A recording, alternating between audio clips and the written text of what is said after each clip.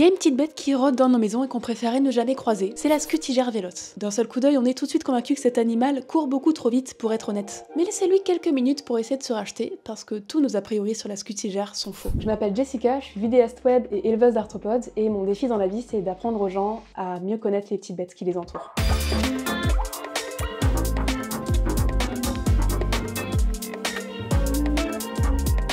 Alors moi en fait je parle des arthropodes, donc c'est un embranchement, c'est-à-dire un très grand groupe d'animaux qui représente en fait 80% de la faune terrestre. Et ça comprend entre autres donc tous les insectes, mais aussi les araignées, les mille pattes et les crustacés. Avant d'arriver sur YouTube, j'étais vétérinaire, je soignais les chiens et les chats, et un petit peu des nacs, les nouveaux animaux de compagnie, des oiseaux, des petits mammifères, des reptiles, etc. Vétérinaire, c'est vraiment un métier que j'ai aimé exercer, mais c'est aussi un métier très dur, comme tous les métiers de soignants. Et quand on est vétérinaire, on a aussi des enjeux de vie ou de mort. Il y a eu une accumulation de pression professionnelle et personnelle de tous les côtés, et j'ai pas tenu. J'ai fait un burn-out. C'est un peu comme ça, par la force des choses, que j'ai dû me reconnecter avec cet enfant intérieur que j'avais perdu, et que je me suis souvenu que ce qui me faisait kiffer dans la vie, c'était de regarder des petites bêtes.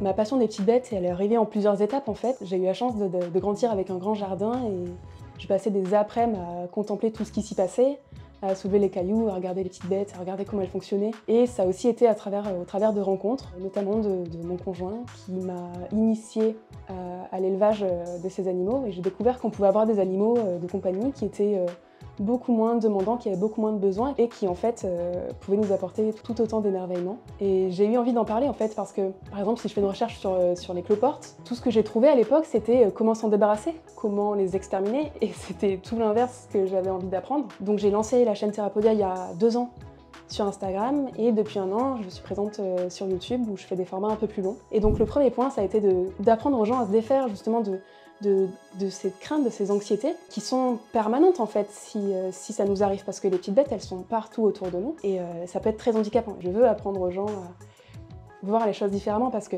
une fois qu'on a mis toutes ces appréhensions, ces craintes et ces peurs de côté et qu'on commence à voir les petites bêtes d'un autre œil, qu'on commence à les découvrir, qu'on commence à s'émerveiller, ben là c'est une porte de possibilités incroyable qui s'ouvre. Et le deuxième point, ben, c'est tout le côté écologique, l'aspect environnemental, l'aspect protection de la nature, parce que les premiers qui en souffrent de cette crainte et de cette méfiance, c'est les petites bêtes qui se prennent un coup de savate parce qu'elles étaient au mauvais endroit au mauvais moment. Et en fait, quand on détruit ces maillons-là de la biodiversité par peur ou par crainte, parfois on accentue le problème. Quand on tue une araignée, il y a beaucoup moins de prédateurs dans la maison pour s'occuper des mouches qui traînent, des tipules, etc.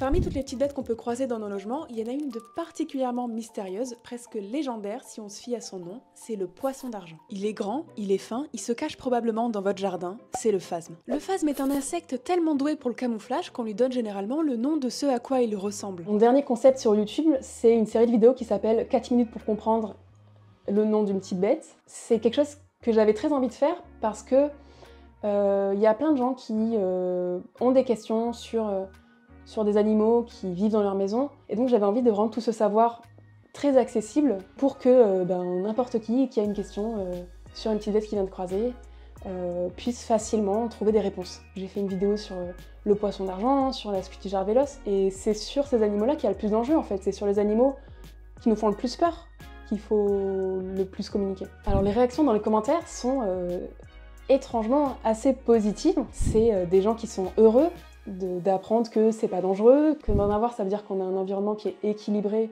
au niveau de la biodiversité, que ce soit pour des proies ou pour des prédateurs. Et en fait j'ai aussi pas mal de commentaires de gens qui me remercient parce qu'ils ont changé de regard sur un animal qui les terrifiait. Et ça, mais c'est la plus belle des récompenses pour moi, de me dire que j'arrive à aider des gens à changer leur peur en curiosité. C'est une des choses les plus gratifiantes pour moi aujourd'hui. Une autre manière de partager cette passion, c'est de proposer ce que j'appelle mon surplus d'élevage et l'adoption, et c'est ce que je fais actuellement sur mon site internet. J'ai essentiellement des cloportes, beaucoup d'espèces de cloportes, à peu près une trentaine, qui ont toutes des particularités, des couleurs, des formes différentes. Les cloportes qu'on a en élevage, c'est pas des cloportes qu'on a dans le jardin. Ce sont des animaux qui vont être élevés en captivité depuis des générations. En adoptant des animaux qui sont issus de ces circuits, on peut s'émerveiller chez soi, facilement. On peut faire rentrer la nature chez soi tout en laissant la faune sauvage dehors. Et ça, c'est très important aussi, c'est de responsabiliser les gens sur l'impact qu'on a sur la faune sauvage. Et c'est crucial d'avoir ces connaissances-là et ces enjeux-là en tête quand on parle d'arthropodes.